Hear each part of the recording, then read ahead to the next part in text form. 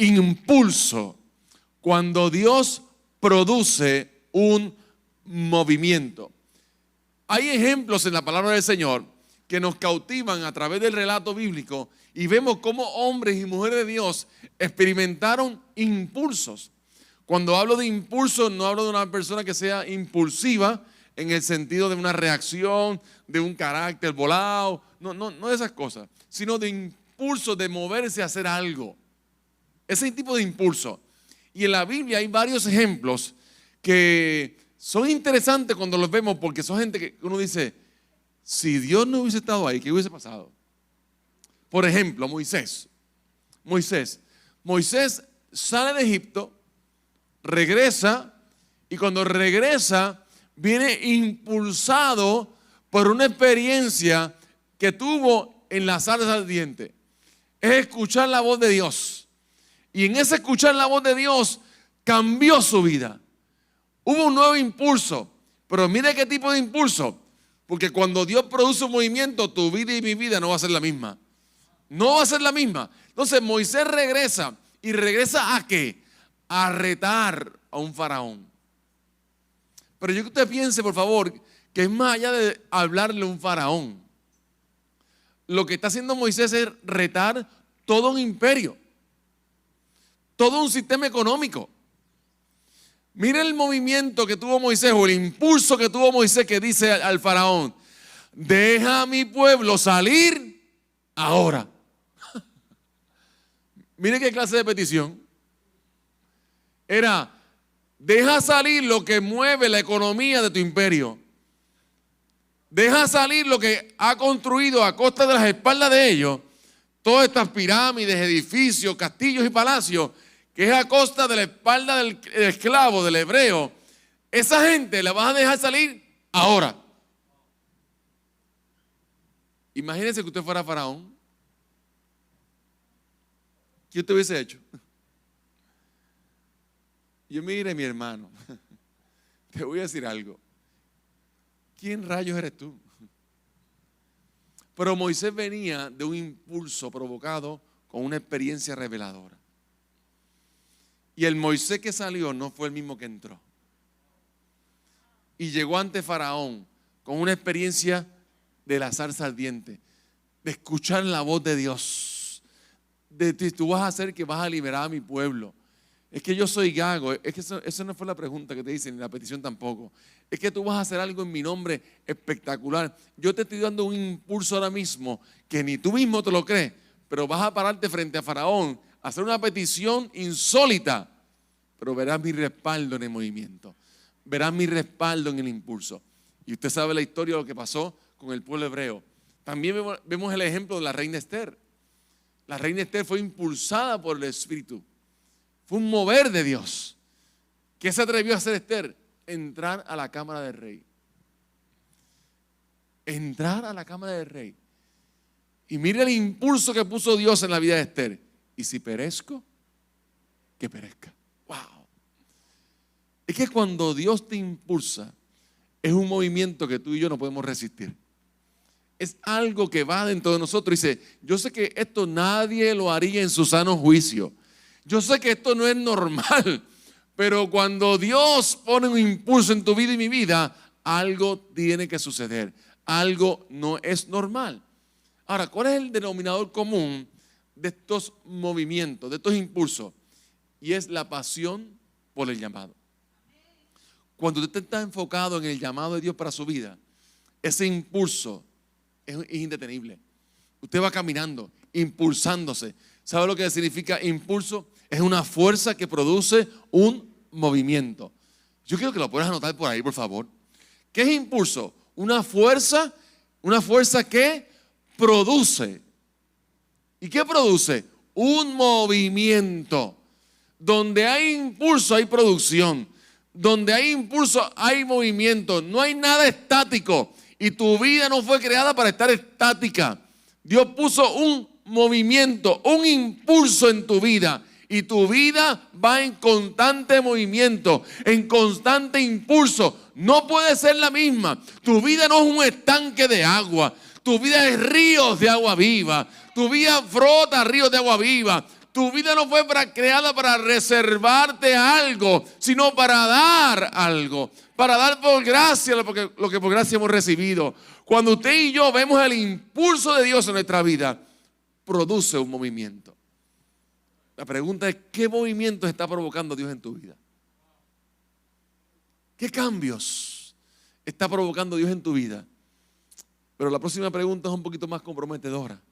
¿Estoy peleando con el impulso? ¿O estoy siendo llevado por el impulso? ¿Cuál es la batalla de hoy en día? ¿Quiero hacerlo o no quiero hacerlo? Filipenses capítulo 2, verso 3. ¿Cuántas veces usted ha escuchado este pasaje? 1000 veces, lo más seguro. Filipenses capítulo 2, verso 3. ¿Está conmigo, amada iglesia? Me encanta cómo comienza el texto. Wow. Subraye eso, por favor. ¿Cómo comienza el texto? Pues, ¿quién? Dios. Déjalo ahí. Hasta ahora. Pues Dios. Pues Dios. ¿Quién pone el impulso? Dios. ¿Quién provoca el movimiento? Dios. Pues Dios, ¿qué hace? Trabaja. Wow. ¿Cuánto le hemos dado trabajo a Dios? Sí, los demás mienten. Yo le he dado mucho trabajo a Dios, ¿sabes? ¿Y qué hace Dios con el trabajo que yo le doy a Él? Él trabaja en mí. Trabaja en mí. Pues Dios trabaja en ustedes y les da ¿qué? El deseo y el poder para que hagan, escuchen bien lo que viene ahora, aguántese ahí, para que hagan lo que a Él le agrada. Wow. O sea que cuando Dios trabaja en mí, hace dos cosas. Una, pone el querer como el hacer. El deseo y el poder. Escuche bien, amada iglesia del Calvario. Dios pone el querer como el hacer. No hace el querer como el hacer. ¿Escuchó bien? Él lo pone. Yo lo hago. Yo decido qué hago con el querer y el hacer. Yo decido qué hago con lo que Él pone, el deseo y el poder. Yo decido qué hago con eso. Porque a veces queremos orar y decir, Señor, pon el querer como el hacer, más corta la cinta, pinta el local, inscribe el negocio. No, eso te toca a ti. Ya yo puse que el querer como el hacer. Te toca a ti ahora. Te toca a ti. Dios trabaja en ustedes y les da el deseo para que hagan lo que a Él le agrada. Pablo es un escritor maravilloso, una de las personas más brillantes, diría yo, que ha pasado por la faz de la tierra. ¿Qué no ha hecho Pablo? ¿No? Desde una cuarta parte del Nuevo Testamento, entre otras cosas, un erudito, un sabio, un genio. Y en el contexto de la cristología de esta carta paulina, escrita a la iglesia de Filipo, Pablo está escribiendo esto, escucha bien desde dónde, desde la prisión. Pablo le está diciendo a esta iglesia, Dios pone en ti el querer como el hacer. ¿Y dónde estoy yo? Preso. Desde la prisión está gozoso por las atribulaciones. Está gozoso por el progreso del evangelio. Para Pablo, Cristo es el núcleo de esta epístola. Si está Cristo, esto es lo importante. Mírame a mí donde yo estoy. Estoy preso.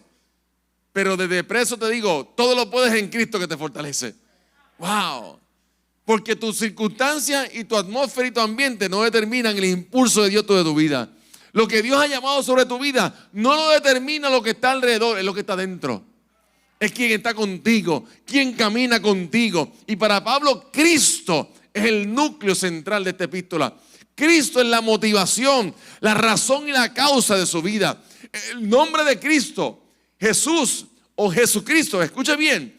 Pablo lo menciona solamente en Filipenses 37 veces en 4 capítulos. Mire la importancia que tiene para el apóstol Pablo la esencialidad de Cristo en su vida. Es que Cristo es importante. Es que Cristo es necesario. Todo lo puedo en Cristo que me fortalece. Yo me gozo en las tribulaciones porque Cristo está conmigo. 37 veces en 4 capítulos. Es la importancia que Pablo le brinda, el énfasis que Pablo le brinda a la centralidad de Cristo en su vida. Ahora hay un pasaje. Yo espero que usted me ame al final. Y ande me vuelve a invitar. Bueno, es en octubre, pero Filipenses capítulo 3, verso 8, por favor. Porque Cristo nos ecualiza el carácter. Cuando Cristo está en mi vida, yo sé quién pone el querer y quién pone el hacer. Uno sabe quién manda en la vida de uno cuando Cristo está. Uno lo sabe. Porque tu vida cambia. Tus prioridades cambian. Filipenses capítulo 3, verso 8. Este pasaje es como la carta de Santiago. La carta de Santiago no mucha gente la lee porque habla del poder de la... Entonces, ese como que lo brincamos. Lo brincamos. Pero aquí no. Aquí no. Filipenses capítulo 3, verso 8. Puedes decir amén si quieres, ¿sabes? Verso 8 dice: así es, todo lo demás no vale nada cuando se le compara con el infinito valor, escuche bien, de conocer a Cristo Jesús, mi Señor. Por amor a Él he desechado todo lo demás y lo considero como basura a fin de ganar a Cristo. Wow. Cuando yo estoy siendo impulsado por Dios, provoca un movimiento que hace que mis prioridades cambien. ¿Y cómo yo llamo todo lo demás que no es un impulso de Dios? Basura. Wow. La Reina Valera lo dice lindo. Estiércol. ¿Se lo digo en boricua? No. Usted entendió, ¿verdad? Usted entendió. ¿Qué es todo lo demás que no es provocado por el impulso de Dios? Basura. Es que si Cristo no está ahí, no vale. Porque Pablo decía, es que yo hago esto y me apasiona por el valor que tengo de conocer a Cristo. Wow. Los movimientos que Dios está impulsando nos lleva a poner nuestra vida en orden y a evaluarnos. Esto que yo estoy haciendo, ¿a quién le agrada? Este movimiento que yo estoy haciendo, ¿a quién le agrada? ¿Qué impulso yo estoy llevando esto? ¿Mi egocentrismo o Jesucristo? ¿Cuál es la prioridad de este paso que yo estoy dando de fe o de llamada fe? ¿El que yo sea más grande, que mi hombre sea más grande o conocer a Cristo? Entonces Cristo nos ordena la vida y llamamos todo lo demás basura. El impulso que Dios está haciendo contigo hoy hará que tus prioridades cambien, que la pasión se encienda y que el llamado cobre vida. ¿Sabe por qué? Porque cuando Dios, ¿sabe por qué, iglesia? Porque cuando Dios, ¿sabe por qué, iglesia? Porque cuando Dios pone el querer como el hacer, tu vida cambia. Tu vida se transforma. Es un impulso de Dios, es un movimiento y no hay nada ni nadie que lo pueda detener. Amada iglesia del Calvario, deja de abrazar hoy lo que te desalienta y decide abrazar al que te impulsa. Deja de abrazar lo que te desalienta y abraza al que te impulsa. No te encariñes más con la comodidad y apasionate con el Dios que produce movimiento. No te acomodes tanto. No pienses que la vida es una vida que va en este entorno que depende de lo que dice la primera plana, el canal 2, el 4, quien sea, o las noticias, las redes sociales, o CNN, o fake news, como usted quiera llamarle. Mire a Cristo. Mire a Cristo. Porque si el impulso de Dios está en ti, algo tiene que cambiar. Algo tiene que cambiar. Cuando Dios pone el querer como el hacer, pondrá en ti un deseo y un poder que te impulsará a cumplir el sueño de Dios sobre tu vida. Yo doy gloria a Dios que yo estoy aquí hoy porque Dios puso el querer como el hacer. Si eso no hubiese pasado, yo no estuviera aquí hoy. Pero ¿qué tuve que hacer con ese poner el deseo y el poder? Ese querer y el hacer. Tuve que dar un paso de obediencia. Y tuve que decirle, Señor, sigue trabajando conmigo. Sigue trabajando conmigo. Pero no quites ese deseo. No quites ese poder. Hay dos cosas que debo entender cuando Dios me está impulsando. Dos cosas que debo entender cuando Dios me está impulsando. Número uno, entender que soy colaborador y no dueño de esa iniciativa. Lo que Dios puso en mí, diga a su vecino, no es tuyo. Eso no es tuyo. ¿Quién lo puso? Dios. Puso el querer como el hacer. Si lo que estás soñando es muy grande para tu capacidad humana, eso es de Dios, ¿sabes? Si lo que estás soñando está diciendo, Señor, ¿cómo yo lo hago? Vamos bien. Vamos bien. Porque es entender que yo soy colaborador de esa iniciativa. Yo no soy el dueño de ella. Me encanta como Pablo le habla a los corintios en 1 Corintios capítulo 3, verso 9, para aquellos que anotan. 1 Corintios capítulo 3, verso 9, dice, pues ambos somos colaboradores de Dios. Y ustedes son el campo de cultivo, son el edificio de Dios. Somos el cultivo y somos el edificio de Dios. Somos colaboradores de Dios, no dueños de la iniciativa. Lo que Dios puso en mí no es mío. ¿Qué yo hago con eso? Colaborar. Me encanta. Somos el cultivo de Dios. ¿Y alguna vez ha visto la tierra diciéndole al sembrador, aquí va la semilla? Yo soy la tierra. Sembrador, un poquito más para acá. Ahí. Ahora abre el surco ahora. Muy bien. Ahora deposita. Ahí es que va la semilla. La tierra nunca le ordena al sembrador. El sembrador pone la semilla donde entiende que va a dar fruto. ¿Y cuál es nuestra pelea muchas veces con Dios? ¿Por qué esa semilla, Señor? ¿No la puedes poner un poquito más abajito? Mira la tierra de mi hermano, ¿por qué no la pones allí? Yo soy el cultivo de Dios. ¿Usted puede levantar sus manos al cielo? Yo soy el cultivo de Dios. Señor, pon la semilla que tú tengas que poner en mi vida. Yo no voy a darle órdenes al sembrador. Yo soy tierra, yo soy cultivo. Y el sembrador sabe dónde va la semilla. Pero número 2 dice que soy el edificio de Dios. Y si yo soy el edificio de Dios, hay un Dios que comienza de abajo hacia arriba. Comienza con la zapata de tu vida. Comienza a poner los fundamentos, la base de tu vida. Y cuando somos el edificio de Dios, escuche bien, amada iglesia. Si yo soy el edificio de Dios, mi edificio, mi vida, luce bien. Lucir bien no es perfección, no es ausencia de crisis, no son lloros. Ayer tenía el privilegio de compartir con Abner y su familia. Fuimos a cenar. Y me hizo la pregunta que me han hecho muchas personas en las últimas 2 semanas, 3 semanas. ¿Cómo te sientes con la pérdida de tu papá? Y yo no te voy a contestar porque voy a llorar aquí. Porque es parte del proceso. Es parte de. Y eso va a estar ahí. Y yo no tengo ninguna prisa en dejar de llorar. Ninguna prisa. Lo extraño como si fuera ahorita. Y es parte del proceso. Pero ese edificio de Dios se va formando en nuestra vida.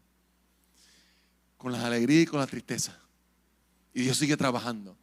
Pero al final que sea el edificio de Dios. Que sea de Dios. Y Dios quiere comenzar a hacer un edificio en tu vida de abajo hacia arriba. Y no tiene prisa en construirlo. Va poco a poco, poco a poco. Lo segundo que debemos entender en medio de lo que es entender el impulso de Dios es que en mis debilidades, mis debilidades son sostenidas en su gracia. Fíjense que lo que me encanta del Evangelio es que nunca pone algo precualificatorio. El día que tú llegues a hacer tal cosa, me avisa. El día que tú cumplas con esto, me avisa. El día que tú cumplas con este checklist, ahora sí. Mire qué interesante como dice Pablo en 2 Corintios 12:9. Entender cuando Dios me quiere usar a pesar de mis debilidades. 2 Corintios 12:9. ¿Alguien sabe lo que son las debilidades?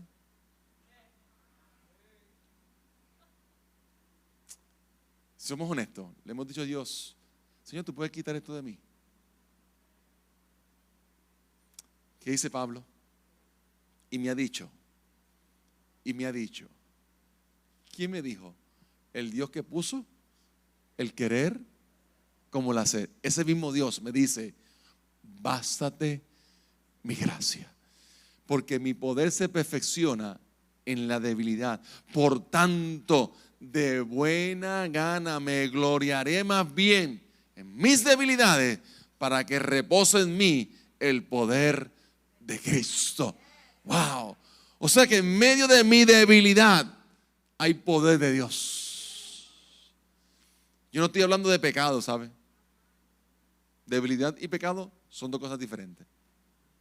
Por si acaso no lo sabía. ¿Está bien?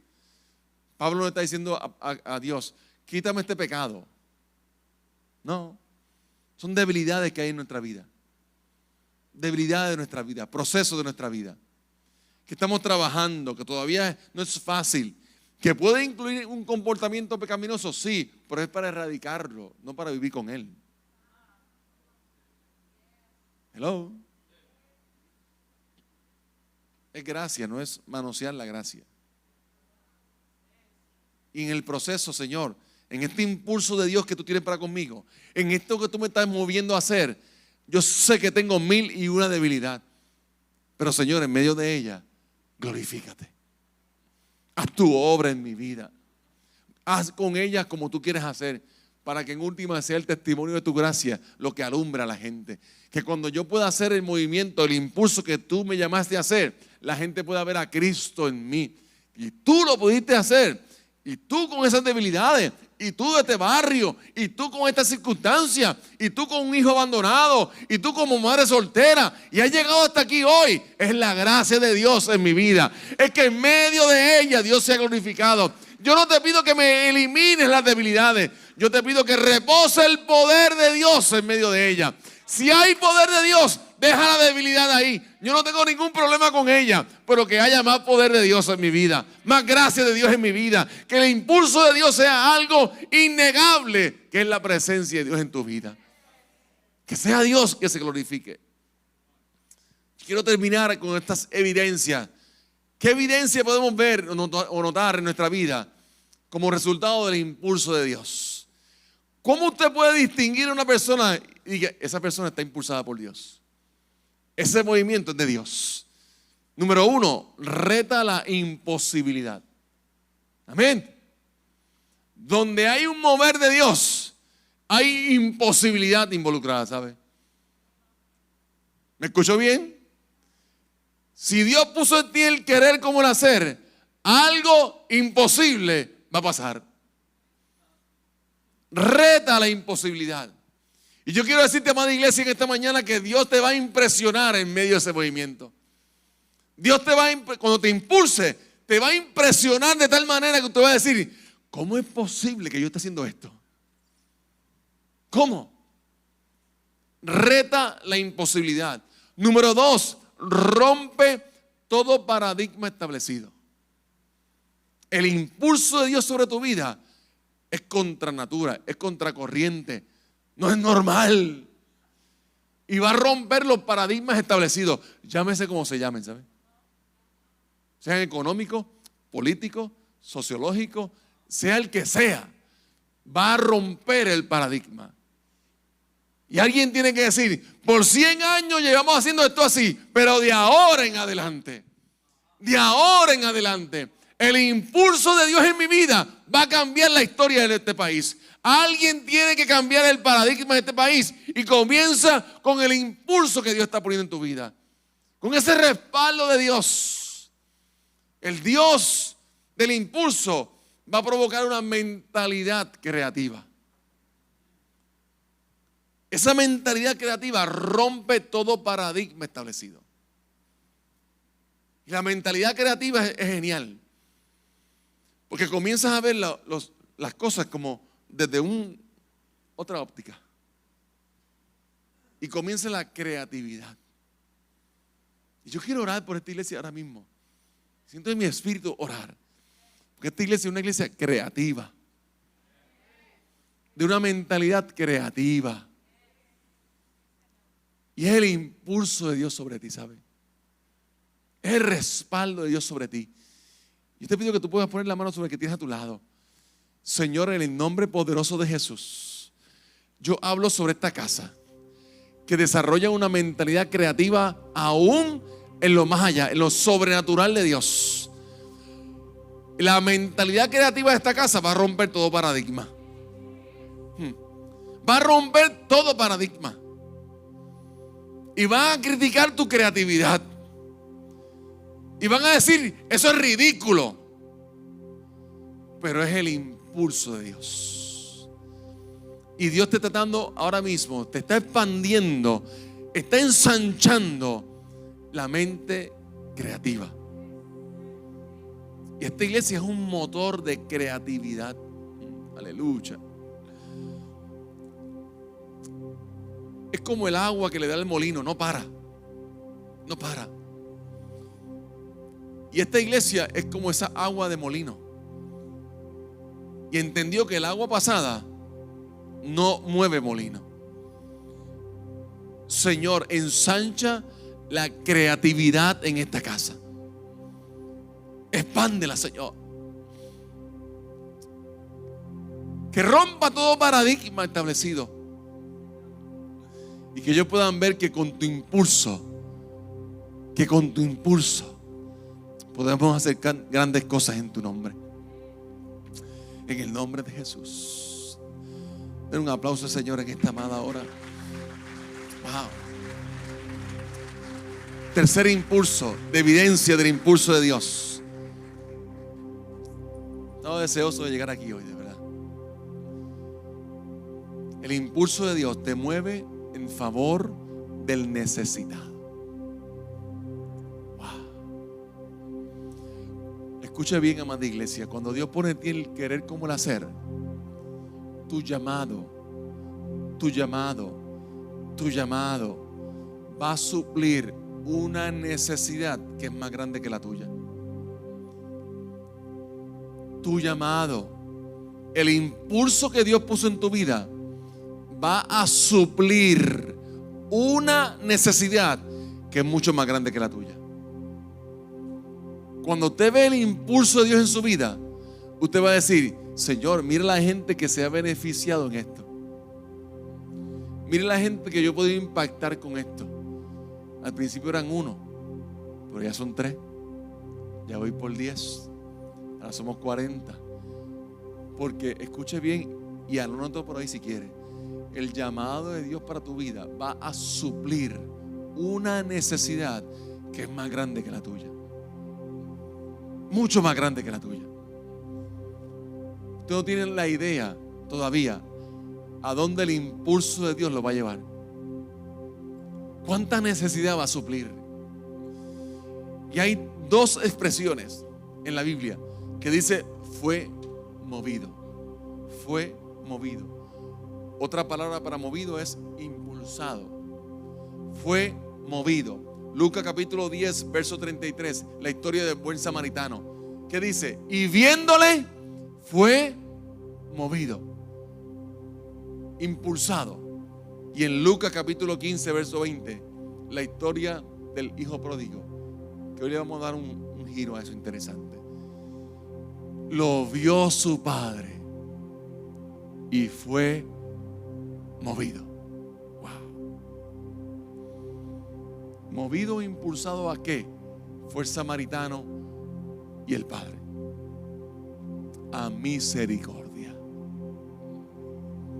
Y el impulso de Dios sobre tu vida va a impulsarte a tener ojos de misericordia. El Salmo 26, verso 3 dice: porque tu misericordia está delante de mis ojos. Y cuando Dios ponga en ti y está poniendo en ti y está trabajando en ti, aunque tú no quieras, sigue trabajando en ti y está poniendo el querer como el hacer, es porque Dios te va a mover e impulsar a tener ojos de misericordia. ¿Qué significa misericordia? En el latín es miserere, y es el corazón que se inclina a la miseria. Y yo no sé si usted como iglesia ha comprendido a qué lo está impulsando Dios. ¿Cuál es el movimiento y el corazón central de esta casa? Es que sea movida a misericordia. Y digo esto con temor y temblor. Y oraba sobre esto, Señor. Señor, que esto sea tu palabra, que lo que tú estás poniendo en mi corazón sea la palabra para el Calvario. Amada iglesia, el Calvario, el mayor impulso que Dios ha puesto sobre esta casa es que ha puesto delante de ti los ojos de la misericordia. El ver la necesidad, el impactar la vida de otros, el poder llegar a influencias y lugares que con la misericordia y que podemos llegar. Que tal vez el texto bíblico no llega, que tal vez la oración no llega, pero la misericordia llega. Y hay dos expresiones, tanto del samaritano como del padre. Fue movido. Fue movido. ¿A qué fue movido? A misericordia. Muchas veces hemos escuchado la historia de hijo pródigo, pero le aconsejo que lea el libro Dios pródigo. Le hemos dado un sello peyorativo o negativo a la palabra pródigo, lo cual lo tiene, pero dentro de su significado de la palabra pródigo, uno significa uno que da desmedidamente. Wow. ¿Quién fue el pródigo en la historia? El Padre, que fue movido a misericordia, aleluya, y lo dio todo por amor al Hijo. Todo. Entregó su Hijo en la cruz del Calvario. Lo dio todo por amor a ti, por amor a mí. Ese es mi Dios pródigo. Ese es mi Dios que invirtió todo por amor a ti y por amor a mí. Y vistió al Hijo. Le puso anillo al Hijo. Le puso calzado al Hijo. Y como sabía que el Hijo volvía, porque quiero decirte una cosa, amado padre y madre que está aquí, las huellas que tú has marcado en el amor de tus hijos, por esas mismas huellas tus hijos van a llegar a casa otra vez. Por esas mismas huellas. Son las marcas del amor de Dios que ha sembrado en ellos. Y el padre dijo: mi hijo vuelve. Y como mi hijo vuelve, yo voy a engordar el becerro. Wow. Dale comida al becerro, al mejor becerro, porque mi hijo regresa. Mi hijo regresa. Yo no sé cuándo va a regresar, pero regresa. Porque el padre pródigo siempre da lo mejor. Siempre. Y esta iglesia es una iglesia pródiga, movida a misericordia, que nunca ha cerrado su mano, porque la mano que primero se llena es la que está vacía. Mientras más da, más es bendecida. Mientras más comparte, Dios sigue ensanchando el reino. Amada iglesia del Calvario, yo pongo esta palabra en tu corazón en esta mañana. Amado pastor y amigo Abner, esta casa es una casa que tiene delante de sus ojos la misericordia. Y como tiene delante de sus ojos la misericordia, Dios va a multiplicar el recurso que ha traído hasta ahora. Y yo quiero que preparen las arcas de esta iglesia, porque las arcas de esta iglesia, la tapa nunca se cierra. Nunca se cierra. Es una tapa abierta, es un cofre abierto, dice el Señor. Es un manantial de vida. Y Dios va a traer recursos y va a traer provisión económica integralmente hablando. Porque la misericordia está delante de sus ojos. Está delante de sus ojos. Y fue movida esta iglesia misericordia. No solamente van a impactar lo que están impactando aquí. Van a comenzar a salir a las naciones. Van a comenzar a sembrar lo que Dios ha puesto en su vida. Van a ser movidos a misericordia. Y estos 100 por 35 van a conocer que en el Hormiguero, Puerto Rico, hay una iglesia movida a misericordia. Movida a misericordia. Que es el Padre pródigo que lo da todo. Porque esta iglesia no acumula de riquezas terrenales. Esta iglesia no tiene el banco virado para darse vanagloria. Esta iglesia vive con manos abiertas y está consciente que la misericordia es importante, que está delante de sus ojos. Y usted tiene que ser movido e impulsado a misericordia, dice el Señor. Déjese mover por Dios. Y deje de estar pendiente tanto a las cosas efímeras de la vida. La misericordia está puesta delante de tus ojos. Y eres movida a misericordia. Señor, ¿y qué será de mí? Es que yo puse el querer como el hacer. Señor, pero ¿cómo pago la casa? Es el Dios que provee. No cierres tu mano, amada iglesia. Y me consumía esta palabra en la semana. Señor, que esta iglesia pueda seguir comprendiendo que es mejor dar que recibir. Es mejor. Y que esta iglesia sea un padre pródigo para esta isla del Cordero y aún para el mundo entero. Un padre pródigo. Un padre pródigo que no tiene ningún temor en dar, que no tiene ningún temor en sembrar. Y si te agradecieron bien, y si no también, pero sigue siendo una iglesia pródiga.